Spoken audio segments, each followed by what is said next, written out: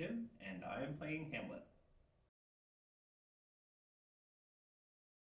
I played Tybalt in 5th grade for a school play, and I had so much fun. And then was bitten by the theater bug, but I at the same time was getting into punk rock and hardcore, and so I stopped liking Shakespeare because that's edgy and cool. And then I met Steph, my wife, who taught me that actually Shakespeare's plays were the plays of the people and not this pedestal thing, and it completely changed my relationship with vocal art. Right now, my favorite Shakespeare play is Romeo and Juliet.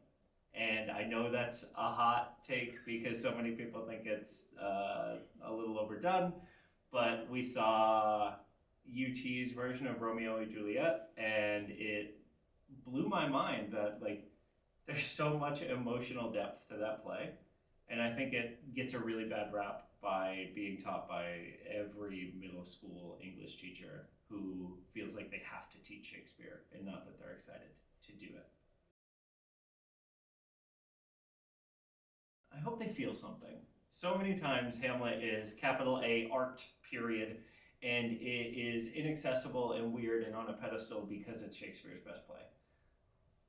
What if you felt the feelings that the play evokes and thought about the questions that the play asks for yourself? And I really hope that we're able to do that as a cast. Yeah, I thought the collaborative directing idea was super interesting and cool. We have always wanted to do new and different takes with everything that we do at Walking Shadow, and the idea of a devised work is so fascinating to me coming from an improv background, but adding in the fact that we are using one of the most well-known texts in the history of English language is just so interesting and exciting and terrifying. I am a direct recipient of learning the value in the universality of Shakespeare's works, right? I had barriers to entry being a low-income queer kid and not being able to connect with the traditional structures of Shakespeare. And to be able to break down those barriers for other people is just so important for something that is so universal.